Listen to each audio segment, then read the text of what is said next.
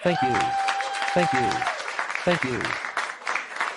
I'd like to take this opportunity to thank the Academy of Demons and Fallen Angels for recognizing my contribution to the fight against the will of God on earth. The fact is, I feel more lucky than anything else.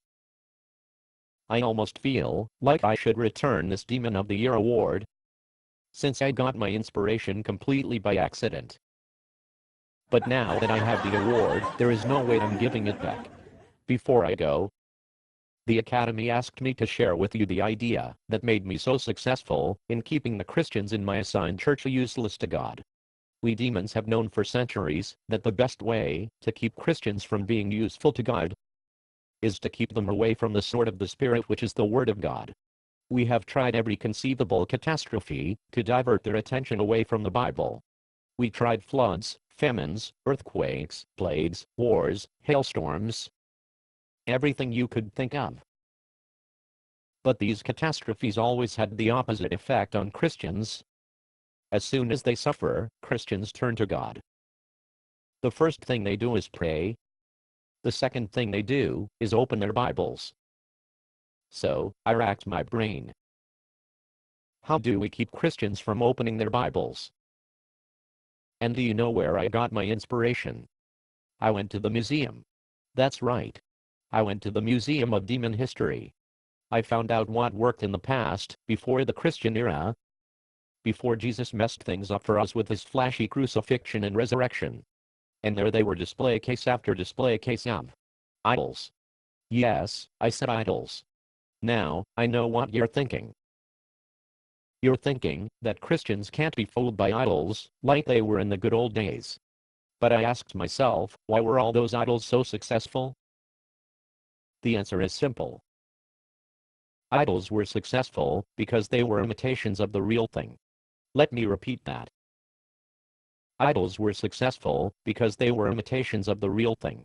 Now, I asked myself, if I want Christians to stop reading their Bibles, what imitation can I foist on those unsuspecting Christians? The answer is hearing the voice of God. Now, before you get all riled up, I'll answer your biggest objection. Your biggest objection is that there are some people in the world who actually hear the voice of God. We call them prophets. But, fellow demons, that's precisely why this scam works so well. Because there are a few legitimate prophets in the world. Hearing the voice of God sounds like a legitimate pursuit for dedicated Christians. What they forget is that for most Christians who do not have the gift of prophecy, they'll never hear the voice of God. That's the beauty of the scam. These poor suckers are going to spend the rest of their lives pursuing the voice of God. They are going to buy books on the subject. They are going to go to seminars on the subject. They are going to have conventions, have lectures, guest speakers. Soon, it becomes a fad. The fad becomes the rage. Soon people are spending all their waking hours trying to hear the voice of God, and they won't have time left to read the Bible. In fact, because they are told they can hear God's will directly from the lips of God himself, they are discouraged from reading the Bible. Fellow demons, this is better than idol worship. The imitation looks better than the Bible itself. Once the fad gets rolling, people who can't develop the ability to hear God's voice will either have to risk shame for failure, or they'll fake it, or, best of all, they start interpreting their own feelings as the voice of God. And as you demons know, once we get Christians thinking they're hearing directly from God, they no longer think they have to validate what they hear against the Bible, even if what they hear directly contradicts the Bible. Here's the bottom line, fellow demons. There is not a single verse in the Bible that tells Christians to develop their abilities to hear God's voice. But because this fad keeps them away from the Bible, they never find out. It's a self-perpetuating myth.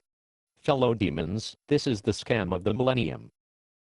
If you get the Christians in your assigned churches to glom onto this fad, you can spend your winters in Hawaii.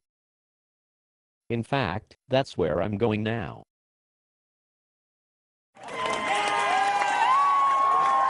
Based on a play by Bob Smith. Conditions for use: do not sell any part of this script, even if you rewrite it. Pay no royalties, even if you make money from performances. You may reproduce and distribute this script freely, but all copies must contain this copyright statement.